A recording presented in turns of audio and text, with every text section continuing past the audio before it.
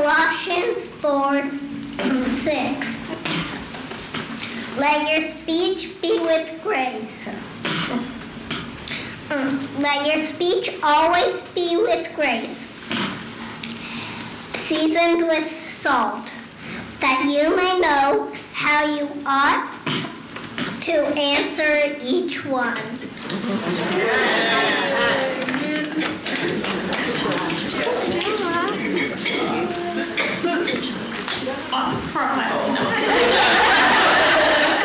Good job, Alexa. We just want to welcome you again. We're so blessed and excited to have Celine here with us today to speak on Taming Our Tongue, Taming Our Dragon. Many of you have read her book. She's authored 4 books. She's written articles for Christian Women magazine. She works as an adjunct with the Self Institute of Biblical Study in Knoxville. I got it. She's. You ever follow her Facebook? Man, she never stops. And she and her husband are both up this weekend. We're blessed to have them here from Huntsville, Alabama, and just so excited. And I'd like to welcome Celine. Thank you. Good morning. Good morning. How encouraging it is to be here. I'm so excited. Not sure I've even ever been to New Hampshire, not to speak anyway. I've been through here, I think, Debbie, when I came to Maine, but it's been a wonderful trek so far. And just this morning, I would say when I saw your faces, when I saw everyone here, it was exciting, but it was really exciting before that, because remember we started to pull in the parking lot and we were like, oh, look at all the cars, because that represented what was going to happen here this morning. Wonderful singing, Alexis, wonderful job reading. I don't know that I've ever heard anybody do a better job, actually. So I am so thankful to be here. Now, when she first got up and said, how long have the ladies' days been going on? I thought, oh, I'm about to hear how long I'm supposed to speak. Like, how long is this? And then I heard 20 years. So I don't even have that much material up here. So you're good.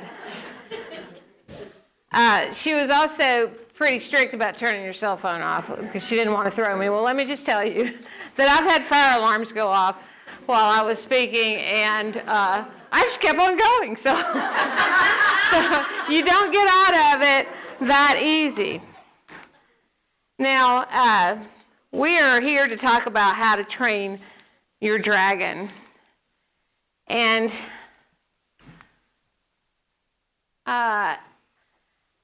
I was thinking about a couple of years ago. I was in a department store line, and it wasn't moving very quickly. And the reason it wasn't moving at all is because there was a confrontation between the cashier and the customer at the front. And it quickly turned from a confrontation to an altercation. Because you've heard that the customer is always right. Well, the cashier did not believe that for 1 second. And so they began to raise their voices at one another. They began to say things that weren't nice to one another. We're all waiting in the line. It's getting more and more awkward here. And then the woman at the front of the line turned around to the rest of us, and I thought, oh no, here it comes. She is going to say, this is ridiculous. Why don't they pay some attention to us in line? We have money. We're ready to buy something. I thought, here comes the negative spirit. And she turned around and she said, has anyone seen the butterfly display at the Botanical Gardens? And I was the first one to say, I have. And then everyone in line started piping up about how beautiful the butterflies were and how much their children enjoyed them. And how, one landed on their kid's nose, and we were having the best time talking about butterflies. And I thought, wonderful. How could you turn something so negative into something so beautiful? That's what we really need to do with our tongues, and a lot of times we're doing it the other way around. And I thought, what could be more beautiful after all than butterflies? But when you think about it, butterflies are pretty, But there are some things. There's encouragement. There's teaching. There's spoken forgiveness. There's prayer. There is so much evangelism. There is so much we can do with our tongues that is beautiful. And what we usually get is the rap about all the things not to do. So we're going to examine some of these things this morning. But before we do, we are going to talk about the things that we're not going to do with our tongues in this very first lesson. How to train your dragon. We've got to cage that beast. Now, we had a dog when I was growing up named Lassie. Yeah, she was a collie. We weren't very original with names. We weren't half as original as my mom was in naming me. Now, we won't even go into my middle name, okay? Not today. But we had Lassie, and she was a collie. And in my mind, she had this beautiful sable coat blowing in the wind. But the truth is, she had about 3 mangy tags of fur on her. And the rest was bare because she had the mange. Worse than that, my dad thought that you could treat the mange. He could handle this himself by mixing up this greasy treatment and greasing her down constantly. So she was a greasy, mangy dog. She wasn't just a mangy dog. But she had really she had never been to obedience school, okay? We did not own a leash. So in an age where it was advocated to do your own thing and let it all hang out, Lassie obliged in every way. If she wanted to do the neutron dance on her back after a bath in a mud puddle, she did it. If she wanted to bark the entirety of War and Peace at 3 a.m. for no reason, she just did it. She was off the leash, basically. In fact, I told you we didn't own a leash, but then the rabies clinic came to town. They used to come to you. The rabies mobile, I guess. I don't know. But anyway, we got Lassie and put her in the car. And my mom, it said you had to bring your dog on a leash. So my mom got a rope and she tied a knot in it. It was like a noose. So she put it on the dog and we got there. But when we got to the place where the vet was set up, Lassie was not budging. No matter how much we hoisted on that rope, no matter how much we pulled and heaved and played tug of war, it was exactly like the first day of kindergarten for my oldest son. Lassie was not budging. She was not going. There was no deal to be made. So my mom finally just scooped her up, mangy, greasy treatment and all, and walked her to the vet table and said, "Plop, here." Because we should have been done with that day. We should have bought a leash, I think. But one other time, we were taking Lassie to the river. We had all begged to take Lassie with us. We were going on the river. And we got as far as downtown Birmingham before the engine stalled on the car. And there we were in downtown Birmingham in traffic. And my dad was and he opened the hood and was beating everything in there until he realized he was going to have to call a cab. And all 6 of us, 7 counting Lassie, were going to have to get in the cab. And again, Lassie was not in favor of doing this. And we've already said she did what she wanted to do. So instead of not budging this time, she budged in a hurry. And she darted out of that car and started weaving between the cars and on the sidewalk, and my dad chasing her within a block of where he held a decent job Monday through Friday. Here he was chasing this dog, and it ended okay. It could have ended much worse. He caught Lassie, and all's well that ends well, I guess. I don't think we got to go to the river, so that wasn't a really happy ending. But the deal is that we can be that beast off of the leash. Caging the beast is the first lesson because, we need to keep our tongues on a leash. Now, there was a man in the land of Uz whose name was Job, and that man was blameless and upright and one who feared God and shunned evil. Job 1, turn there with me because we're going to spend a little bit of time in 1 and 2.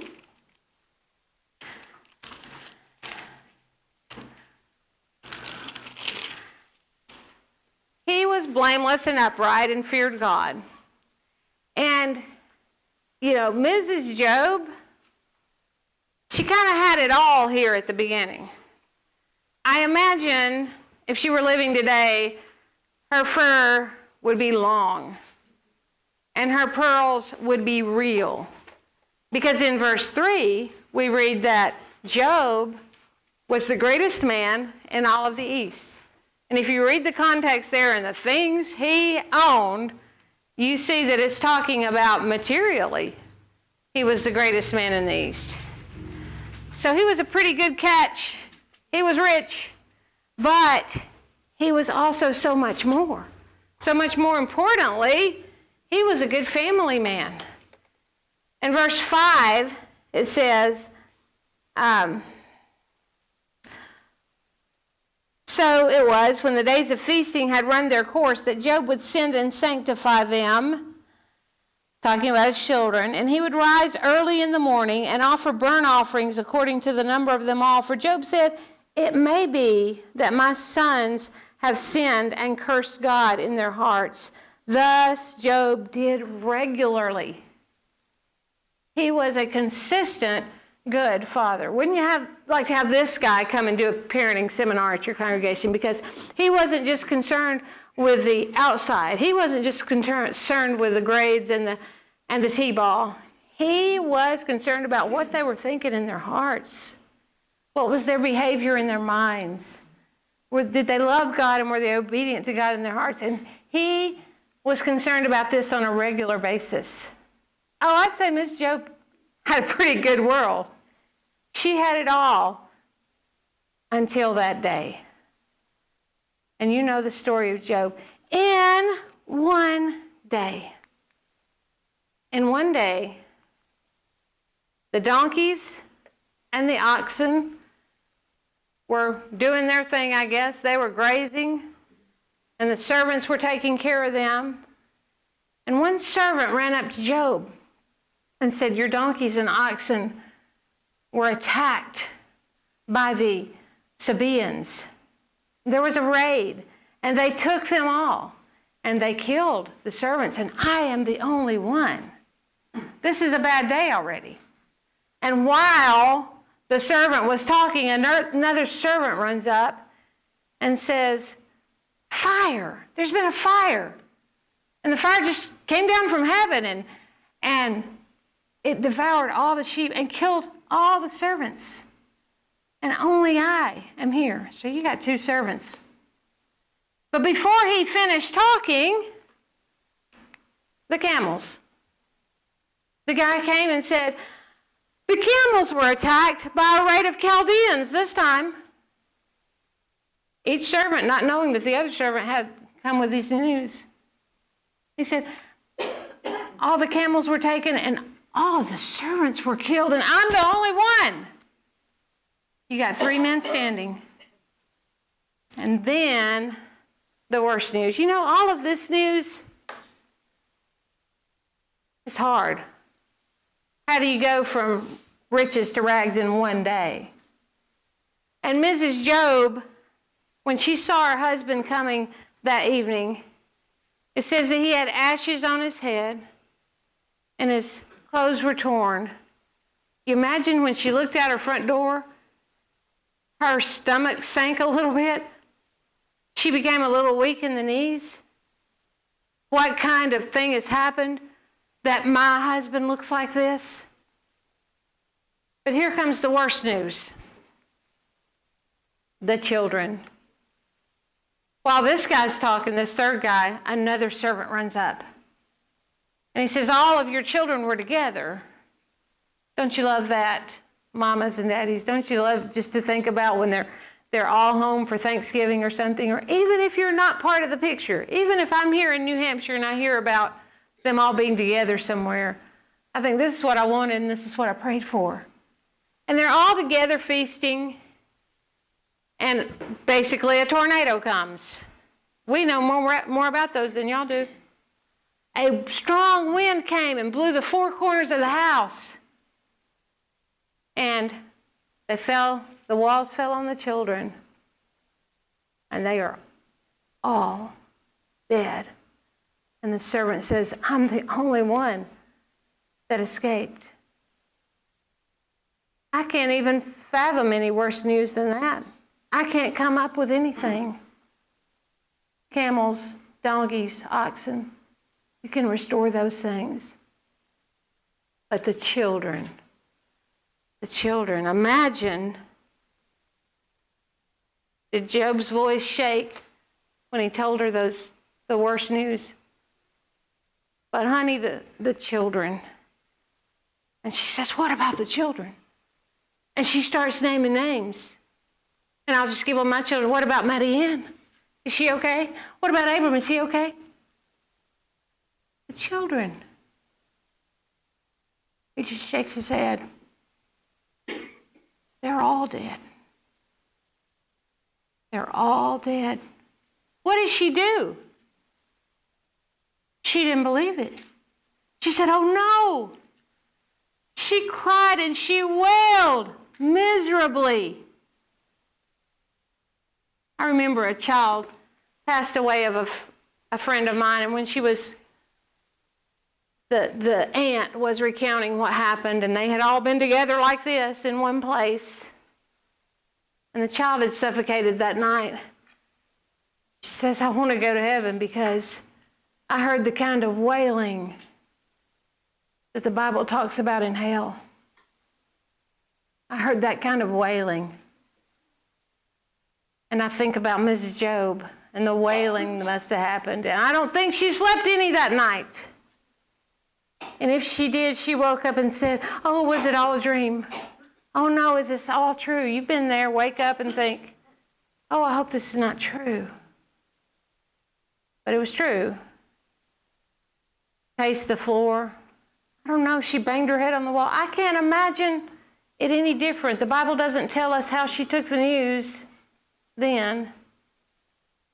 I just know that the one who gave her those children and the one who was there when his own only begotten son died innocently, the most cruel death for you and me, and because of my sin, he was there. He was there with her. None of us can understand. Our Heavenly Father understands, we sing. And so, what does she do at this point? She uses her tongue, and her tongue lashes out. Not yet. But see, it gets worse. It gets worse. Job's health is taken away. And he's sitting, scraping boils with a broken flower pot. And Mrs. Job looks at him and says something. Now, before we examine her words, I want us to think about that leash again. Because sometimes we do a pretty good job. Sometimes we can walk out and say, I was pretty proud of myself that I kept it zipped up and didn't say anything. But then other days we say, you don't understand what kind of day I've had, and you better get out of my way because I'm fixing to unpack my adjectives. And so we excuse ourselves because some days we drop the phone in the toilet. Some days we can't find the debit card. Some days we are wondering why we bought the flea spray because it obviously doesn't work. Some days we're wondering what that is in the pack and play, and no one really wants to find out. We have days like that, and we excuse ourselves because of our day. I want us to compare that stack of misery with Mrs. Job's. And I do know that we have some pretty high stacks of misery. I do understand that there are some things going on that are so painful in some of our lives. It's not just the scenario that I just described. things that wouldn't be on my radar as this wasn't on Mrs. Job's. But whatever our stack of misery is, I think Mrs. Job's outstacks us just a hair. Just a hair, doesn't it? And so she says what should have never been uttered. She says, do you still hold fast to your integrity? When she looks at him in that condition, and she says, curse God and die. Is it ever okay to say those words? No. I see you shaking your heads all over the room. It's never okay. But if there was ever, and I'm not saying there is, if there was ever an instance where we could understand it just a little bit, it might be Mrs. Job's. Let's be careful, because his answer to her is, you speak as one of the foolish women. Now, what did that mean? You speak as one of the foolish women. Well, every time that I know of in Scripture that we read foolish or fool, it's usually about someone who is an idol worshiper or someone who does not believe in God. And so he looks at what once were the most treasured lips in his life. I mean, look at their family life before. He was concerned about the hearts of his children. I'm going to venture that they had a pretty good marriage before, in the before pictures. How many times had she laid on his shoulder? How many times had they cried about a child together? How many times had they dreamed about the future of their children together? How many times had he laughed at her when she tripped on the furniture? We get this picture of their marriage before because we know what marriage is. And these were the once most treasured lips uttering the vilest of things possible or imaginable. And so, don't give yourself a pass because you've had a hard day. And what does it mean to talk as one of the foolish women? It means to talk. Your lips are supposed to be consecrated and treasured. And it means to talk like the people who are not God's people. What does that look like for you and me today? It looks like a lot of things. It looks like criticism of God's people. They can do that out there. It looks like nagging your husband. The world does that. It looks like disrespectful talk. The world does that. It looks like negative spirit talk. The world's full of that. Are we speaking as the foolish women speak? Our tongues cannot be tamed, the Bible tells us. I mean, it just does. Turn with me to James 3.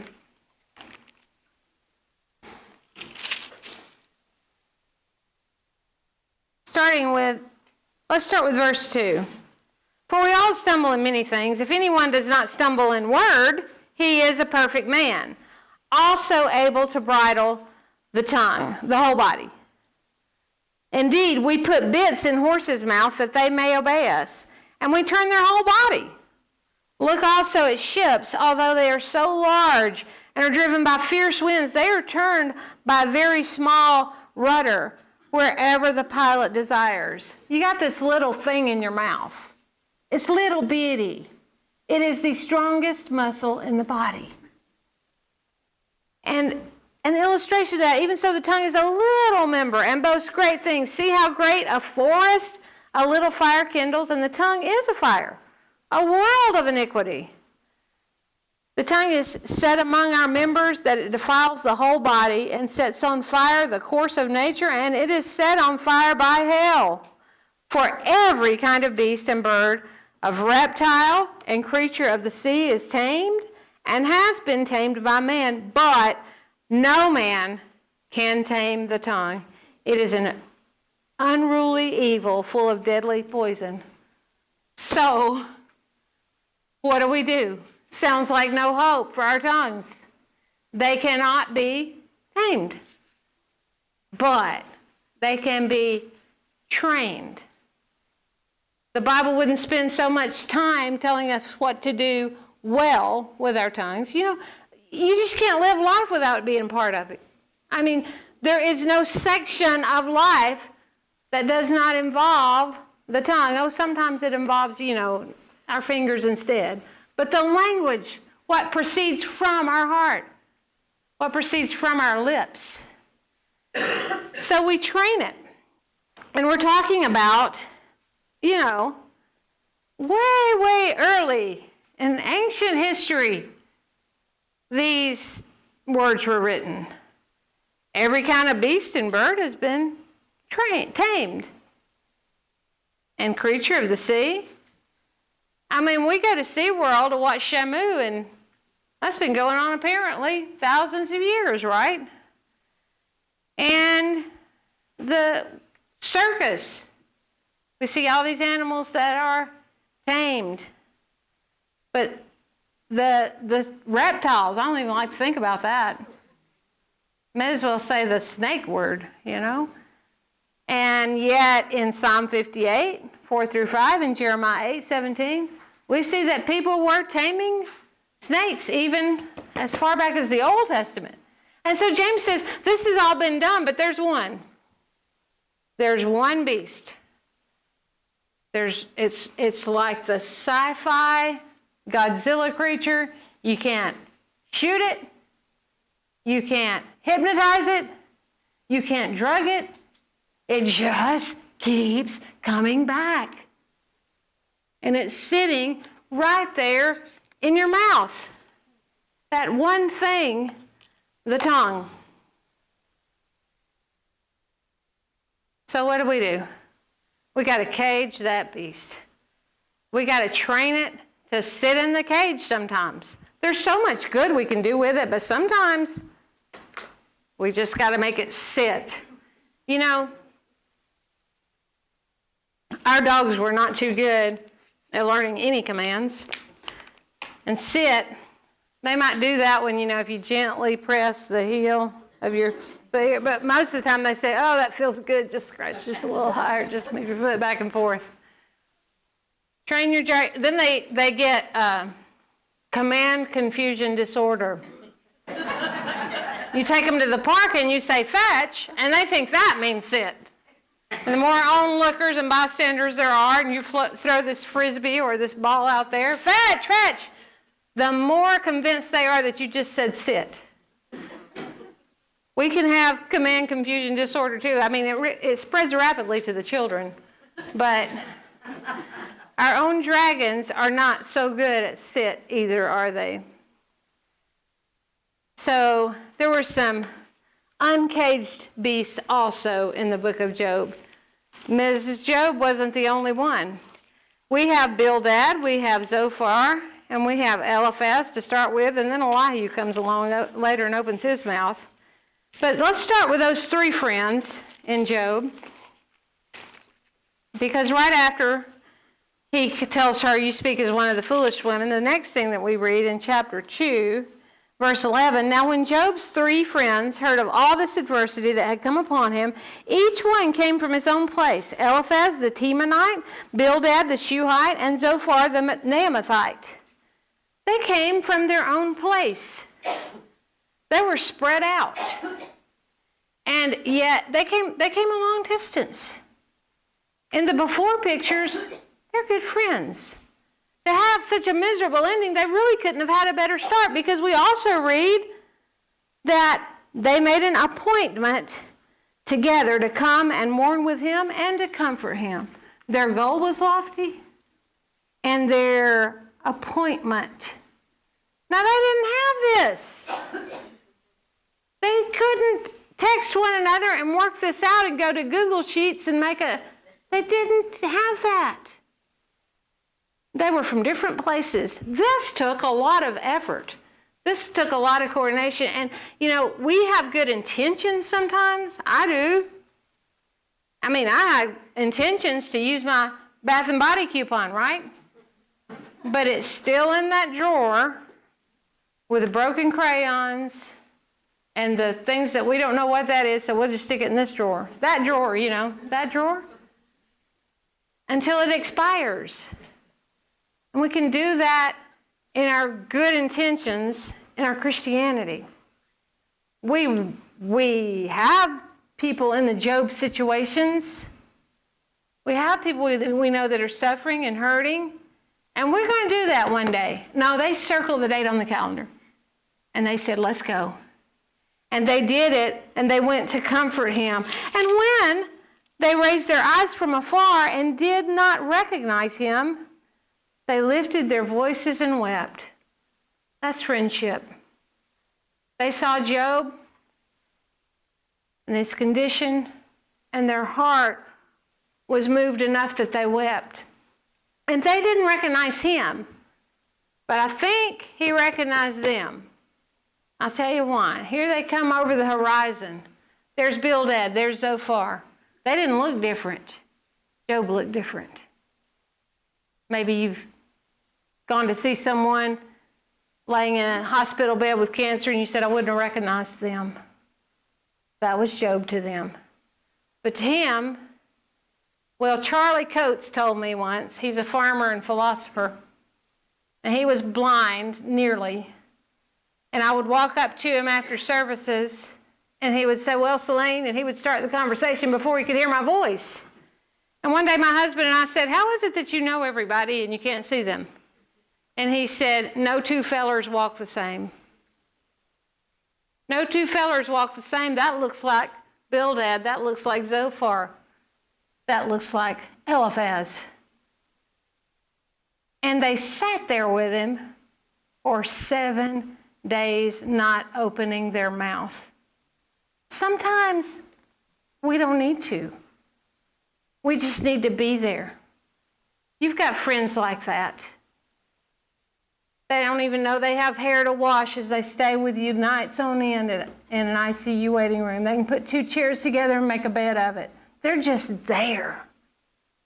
They come to the open casket and they don't know what to say, and that's okay. Because they're just there. Eliphaz, Bildad, Zophar, they were just there for 7 days. Their beasts sat in the cage, and that was the best thing they did. Once the beast started moving and rattling those bars and coming out, it was bad. Job was the first one, really. He cursed the day of his birth in chapter 3, verse 1. And then you have all the way through about chapter 37, 38, a mess. Because Bildad starts talking, Eliphaz starts talking, Zophar starts talking. And they are the uncaged beasts. Job started bad, and then everybody follows in. They act without information. They just think that because they've lived a while, one of the passages says, listen to the gray hair, the hoary head, your version might say in the King James. And, Proverbs tells us there's a lot of wisdom to be learned from the years. Oh, we know that. We can look around and know who has influenced us so much because of their wisdom that they've gained through the years. But the years don't automatically get you there, okay? Just because you got a few laugh lines and you've been through menopause and had a few hot flashes doesn't make you the person that has all the answers and knows everything. They thought they did. Look, for instance, there's so much of this discourse, and we don't have time, even if I had 20 years, to go through all of it. But let's look at chapter 8. Bildad the Shuhite answered and said, verse 1, then verse 2. How long will you speak these things? Job is proclaiming his innocence. He says, they accuse him of specific things. That like, you're suffering this bad, you must have taken some money from some widows. You must have not given to the poor enough. They're just making it up, thinking that this is probably what happened. And then Job is proclaiming his innocence. Bildad says, how long will you speak these things and the words of your mouth be like a strong wind? Does God subvert judgment? In other words, if you're suffering, it's God's judgment on you. Or does the Almighty pervert justice? If your sons have sinned against him, he has cast them away for their transgression. How good was that to hear? Your son's dead because he probably was a sinner. Your children are all dead because they probably didn't obey God or love God. If you would earnestly seek God, if you were trying, Job, if you tried, all these bad things wouldn't happen to you, and make your supplication to the Almighty, I bet you're not praying enough. I've actually said it to a person. I'm not proud of that at all. I'm very ashamed of that, but thinking, well, maybe you're not praying enough. That's not my awareness. You know, God can know that. Jesus in the flesh could know that, and Jesus in heaven can surely know that. But if you were pure and upright, surely now he would awake for you and prosper your rightful dwelling place. Though your beginning was small, yet your latter end would increase abundantly. Come on, Job. This is your fault. This is your kids' fault. And so they act without information sometimes to our tongues. Ever act without information? Do we just hear something and think, well, probably that's right? Or do we have all the facts? They are no help. Job in chapter 16, verse 2, as much as they were with him at the beginning and their beasts were caged up, now that the beasts are loose, he says, miserable comforters are you all. Oh, may our tongues never be guilty of being miserable comforters. And then they anger God. Uncaged beasts anger God. Job 42, verse 7, it says that after they said all of this, that God's anger was kindled against them. And they were acting as if they could represent him. I mean, at least Job's wife did not pretend to be on God's side here. But these guys were saying, we've got all the answers, and we can tell you about God.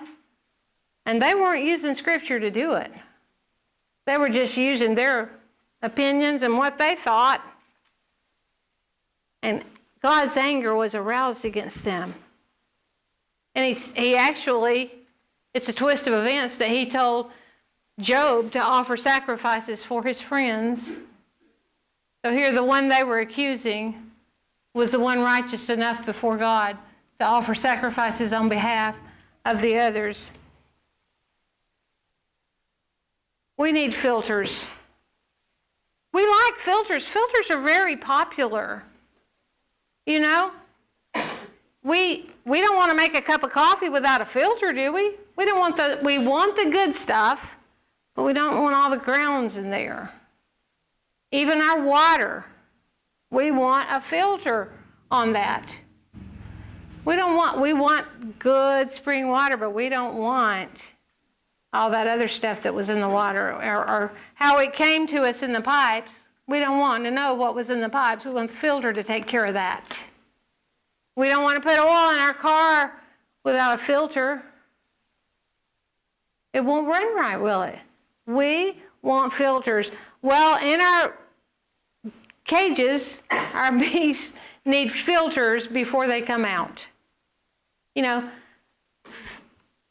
we have involuntary organs that work without us ever thinking about it. My liver filters. It takes care of things. My heart, I never have to think. I never have to say, oh, I forgot to text my heart to pump blood. It just does it involuntarily. Our tongue should not be one of those organs. There was a humorist that called it Blitherer's disease. Blitherer's disease. That's where you don't have a filter and everything that pops into your mind comes out your mouth. Now we've got a bypass. And we've got everything that pops into our head, we just can text it on here. You know, that social media is not a place to put every thought that comes into our head. God has plans for us to talk to Him about things. God has directions of how to talk to others within the church about things. But it's not a place for social media. So our tongue should not be one of those involuntary organs. And our filters should work as we mature, okay? A child, unfortunately, moms, they're going to say whatever comes into their head, no matter who is there. And if they see somebody coming down the street that looks a little strange to them, they're just going to blurt out, "Hey, look at that." And what do? We put our hand right over their mouth, every hole in their face. Don't let anything come out of there. We should sometimes use that same strategy before something pops out of our mouth. Filters can be broken. My children's grandfather, my dad, he had a swimming pool, in-ground swimming pool, and he lived over 2 hours away. But they would beg to go to his house and swim. And so we made the trip one day, and we answered, "Are we there yet?" until we nearly weren't. And they had the big blow-up things in the car. And no sooner than we pulled in the driveway and the car was not even put in park yet, they're opening the doors and running out and not even closing the doors back. And they're on the way out there. One thought is a cannonball off the diving board and all this thing. And they stopped. They stopped before they got in the fence because they saw that the pool was green. And it had icky stuff floating on the top of it. You know what it was? The filter was broken. And nobody wanted to swim in that, no matter how excited they had been. When our tongues do not have a filter, that's a pretty good picture of what's happening here. It's green and icky and nobody wants to swim in it. Make sure our filters are working, that we think about what we say before we say it. If you line 10 people up here and you said, "What's the theme of Job?" Probably 9.5 out of the 10 would say patience. It's a pretty good answer because it's one that actually Scripture itself gives us in James 5:11. It says, Job's patience, or your translation may say the perseverance of Job, because we think of patience, as we haven't gone ballistic yet when our kid gets the same question stuck on his tongue over and over and over for the whole day.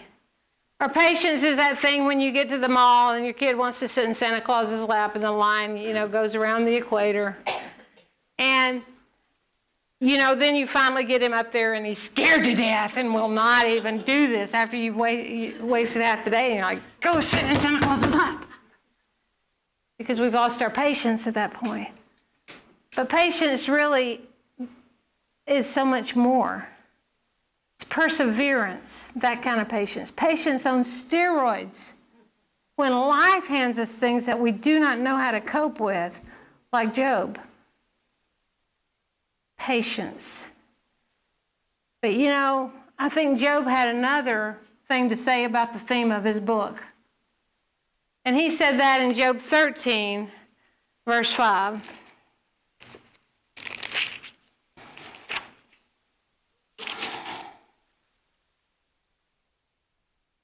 Oh, that you, that's oh, that you would be silent and it would be your wisdom.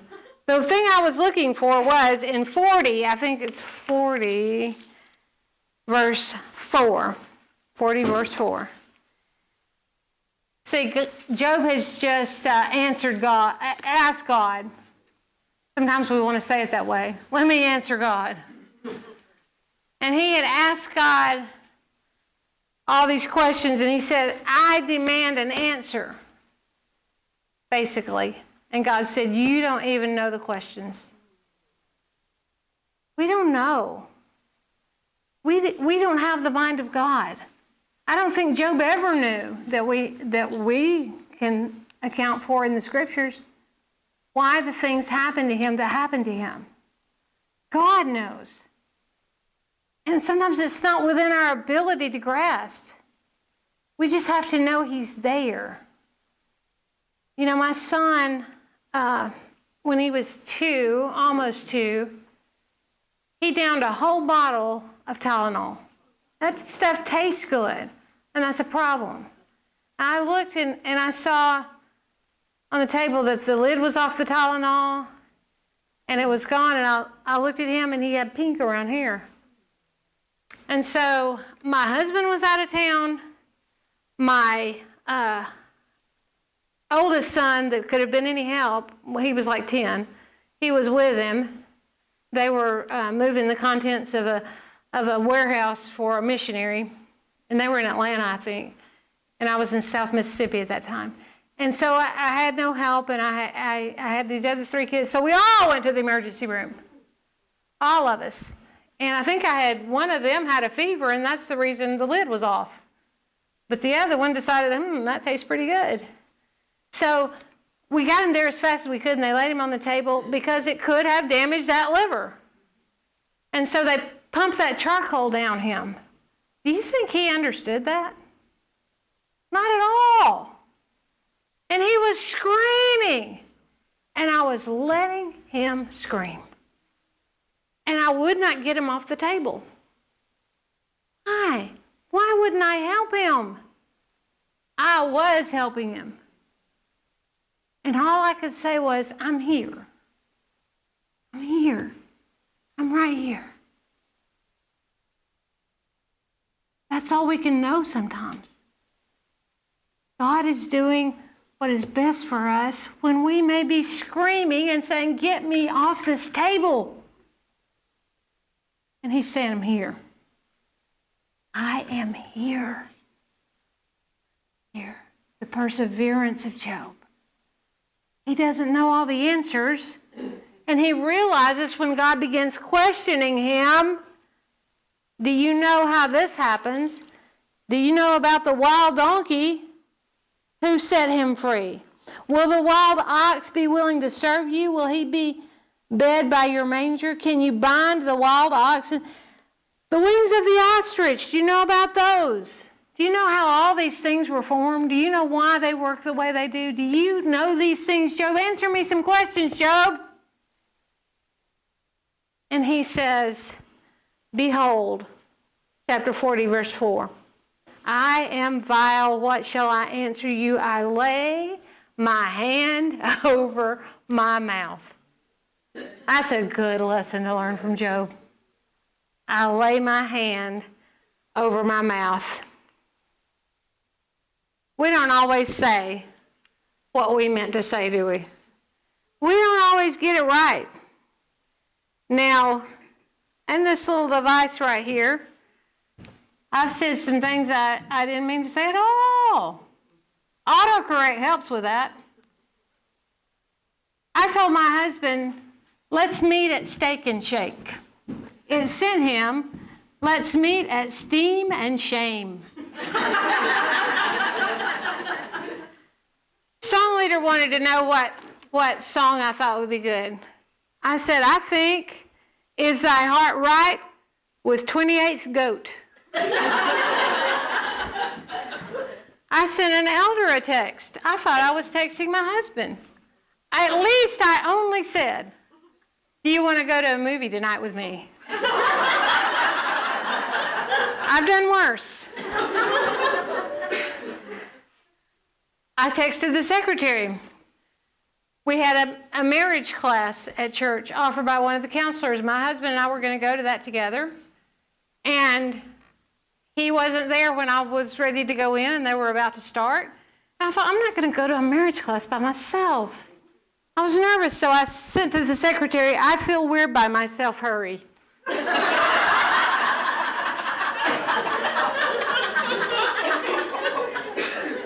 It took me a long time to figure out what my daughter was talking about because she spelled, or autocorrect, somebody spelled P-E-E-L-P-I-L-L. And she said, I think I left a banana peel in the bathroom upstairs. And I thought, so? And what is that? Can you take potassium in a banana peel now? And what does it taste like? I was trying to send this, and it's strange enough. I have some clean fly swatters in the PTP stuff because I was about to teach the 10 plagues, and we were going to play a little game where we were going to talk about each one of them, and we're going to have the flies, and I was going to play a game with fly swatters, and it said, I have some clean fly seeders in the PTP stuff. And it just conjured all kinds of images of flies coming in and saying, bzz, we need seating for 5, bzz. Fly seeders. I was trying to be romantic. And so I sent XOXOX to my husband. And autocorrect didn't know what to do with that, so he got a message that said, Coco.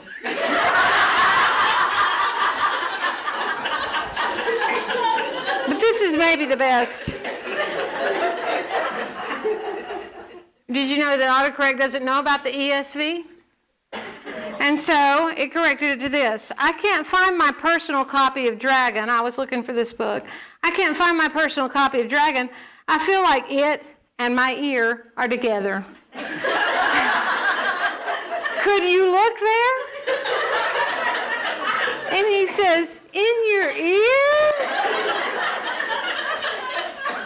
But now this is one that was in person. An announcement was made, and I guess whoever turned in the announcement didn't write clearly enough. And the guy said, there will be a Lads to Leaders dressed up picture on Thursday morning. Please, boys wear slacks, and girls please wear dresses that it was supposed to say come to the knees or below. It said that come to the knees or elbow. We don't say what we mean, do we? But we're going to look at some other things in this lesson that we want to say. We want to use our tongue. We may not say what we mean. We won't get it right. We want to use it at least to say what he means for us to say. We were not allowed to say shut up as we were growing up. So we would say, remove your sound. Sometimes we got to cage the beast. Sometimes that's what we got to do. We just have to remove our sound.